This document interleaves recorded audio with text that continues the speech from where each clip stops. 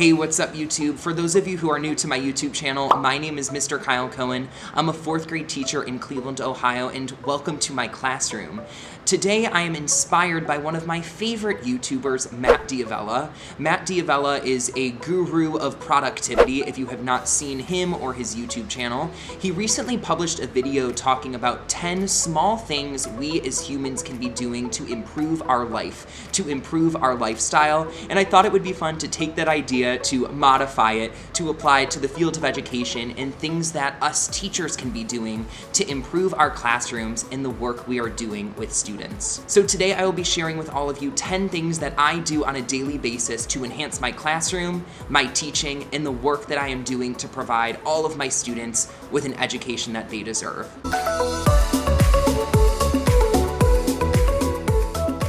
These plug-in smelly things are a game changer. Now, I have found that no matter how hard I try, my classrooms always smell like smelly children.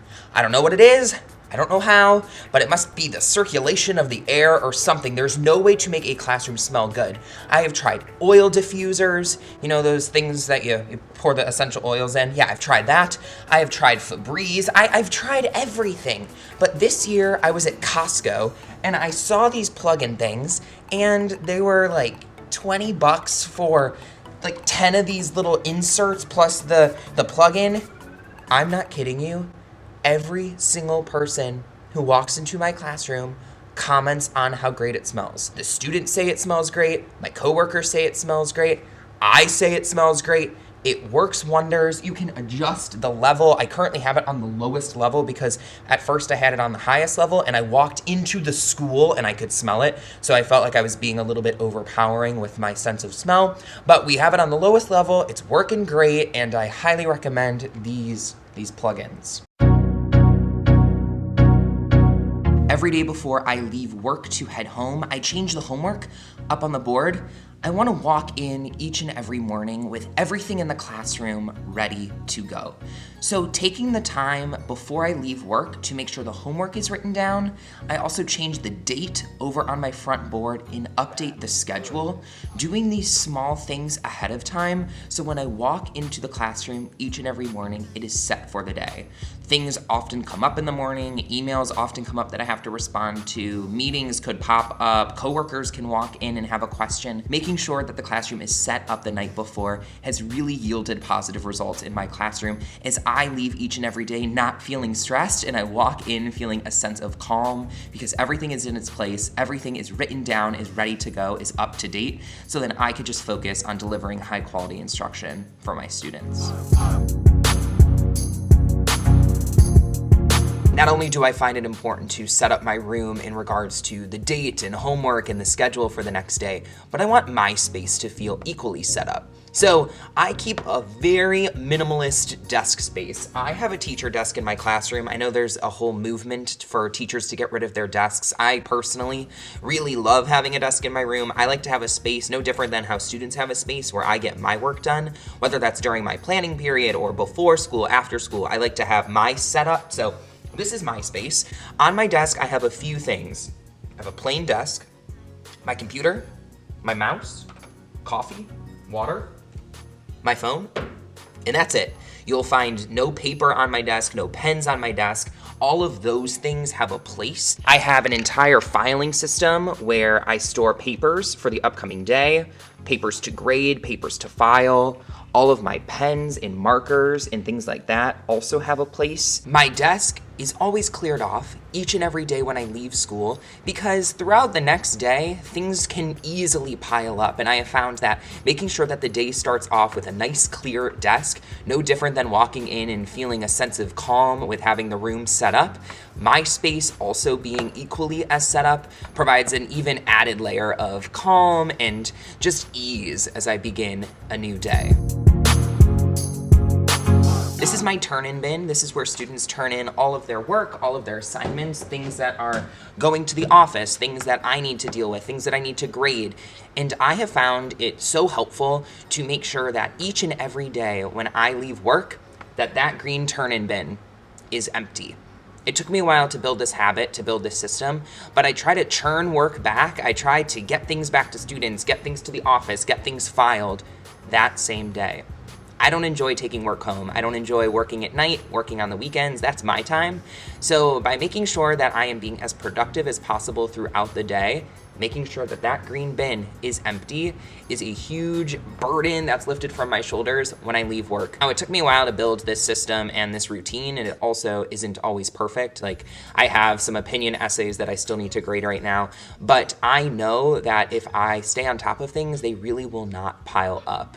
I also know that as a student, I really liked getting immediate feedback. So as quickly as possible, I try to get students their work back so they are seeing how they are doing. Having a cleared off desk and an empty turn-in bin each and every day when I leave work allows me to focus on teaching and not have to worry about all of the behind the scenes teacher things that can become really, really burdensome and stressful, while the only focus for me is delivering high quality instruction for students.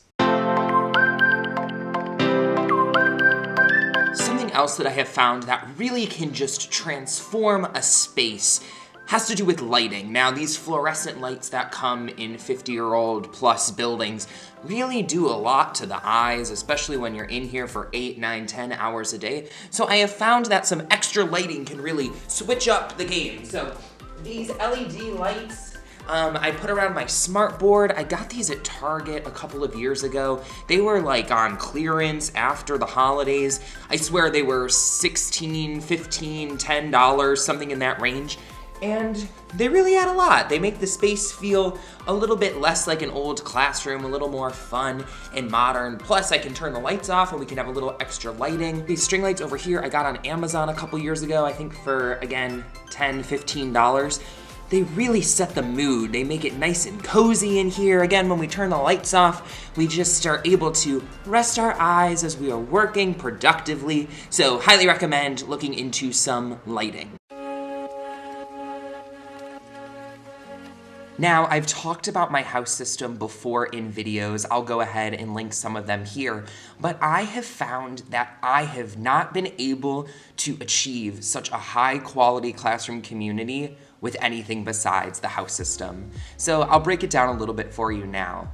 At the beginning of the school year, I took our school's building-wide behavior plan. As a building, we have 4 values. Those values are peace, productivity, health, and happiness. I crafted 4 houses that have to do with those 4 values. I Googled 4 different Latin words that mean those same things, and those are the 4 houses that students were randomly placed in during the first week of school. We had a huge celebration, we had a huge party that had to do with our random house drawing, and students were randomly selected to be in one of these 4 houses. Every single day when they show up at school, they need to meet the values that we also set as a class. During the first week of school, we talked about what we want to see, hear, do, and feel in the classroom. We also talked about things that we do not want to do, things we don't want to see, we don't want to feel, we don't want to hear in our classroom. These are posted each and every day for students. They see these norms, they walk in, they know exactly what's expected of them, and when, as a house, they meet these expectations, they earn points as a house. When they don't meet expectations, they don't lose points, but other houses are earning points when their house isn't. You have all different kinds of rewards and incentives that celebrate houses that are doing really well. Anything from a lunch party, to a homework pass, to extra recess, to a spirit day, all of these different things. Students get so into it. And the house system doesn't only kind of take me out of the equation, because so often with classroom management, I think teachers are so involved with managing students, with making sure that they are doing what they're supposed to be doing. But I find that with the house system, so much of that ownership is kind of transferred over to students. Now, if you are able to have a flawless classroom without any sort of system like this in play, kudos to you. I find that some sort of external system at the elementary level really just pushes students to be the best they can be. We then have conversations with students who are not meeting expectations for their house, where they're not exceeding expectations for their house. Again, students always have a choice. They can choose to meet these expectations or they can choose to not. And when they choose to meet these expectations, they earn points and these incentives. And when they choose to not, we have conversations. We have other systems in place to navigate these challenges that inevitably arise in an elementary school classroom. The final thing I will mention about this system in this really small change that has transformed my classroom is this Toodles board. Toodles are small little words of positivity that students write to one another. When they see members of their house or another house meeting expectations, going above and beyond, they're able to take a Toodle slip from the board. They're able to write down a Toodle to one of their classmates, celebrating them and their success. We then hang them up on the board and we're able to revisit them. It's such a little light of joy in the classroom that constantly makes me smile, and I know it does the same for students. Something else that has really just positively impacted the classroom has been playing acoustic music when students are working. Now, obviously not when I'm delivering my incredible instruction, but when students are working independently, I love playing music just to set the mood. Again, things can get really overwhelming and stressful for kids throughout the day, so whatever I can be doing to make our classroom feel calm and safe and peaceful is something that I want to be doing. And I find that playing acoustic music, particularly acoustic pop music, is something that students really love, and I'll sometimes even hear them humming along. But since it's acoustic, since it's instrumental, they're able to focus, zone in, and there have actually been a lot of research studies that have found the positive effects of string music and all of those sorts of things on student learning and on productivity. So it sets the mood, it makes things calm and peaceful. Students are able to focus because it's instrumental and acoustic, and it adds to this continued layer of positivity and a high quality learning environment for kids. I use timers in my classroom all the time, and timers are a way for students to understand actually how much time they have to do whatever it is you are having them do. So when I have students working on an assignment, I usually let them know, you have 10 minutes to work on this independently. You have 15 minutes to work on this independently. And for a 9 and 10-year-old and younger, I have found that it's extremely challenging for them to conceptualize how much that time means. Even if they know how to tell time and they're able to look at a clock and determine the time, having a timer posted up on the board for students is something that eases their stress as they are working. I remember as a student running out of time or feeling rushed at the end, but for students to have the timer up on the board, they're able to constantly have an idea of how much time they have left. In addition, they are able to really focus in because the timer adds a sense of urgency. Now, I don't find that the timer is stressful for kids, and if I do, that just means that I need to adjust the time. But the timer adds a sense of urgency as students are working, they are focused, they're really thinking about what they need to get done because they know they have to be done by the timer. I got this clicker on Amazon, I think for $10. And this clicker has changed my teaching. I feel sometimes as teachers, we feel really restricted to being up in the front of the room, but this clicker has allowed me to navigate the classroom so I am able to be in close proximity to students, well, this year within 6 feet proximity, but get close to students, move my way around the classroom and not feel as restricted to being up at the front of the room. I use Google Slides constantly throughout my school day, so having the Google Slides posted on the projector where I'm able to click through the slides has been really useful. Also, this clicker has volume settings, so when I'm playing music in the classroom, I'm able to adjust the volume. It also has a laser pointer, so I'm able to point at specific things or charts around the room or signs that are hanging up. I have found that it has really freed me up so I could be more focused on helping students navigate the curriculum and less focused on being up at the room and restricted to stay there throughout the lesson. Let's talk about email. Now, I have found that email can be one of the most dreaded parts of work, of teaching, but I have found that maintaining a zero-level inbox has added to my productivity as a teacher and my work in the classroom. So every day I file my emails into different folders within my email inbox. I use my inbox almost as a to-do list. Anything in my inbox is something that either needs a response or I need to be doing something with. So if it is actively in my inbox, I know that I have to do something with that email. Now, once I take care of that something, if I still need to refer back to that email at some point, I file it away. Any email exchanges that I have with families, I have a specific folder in my inbox called Family.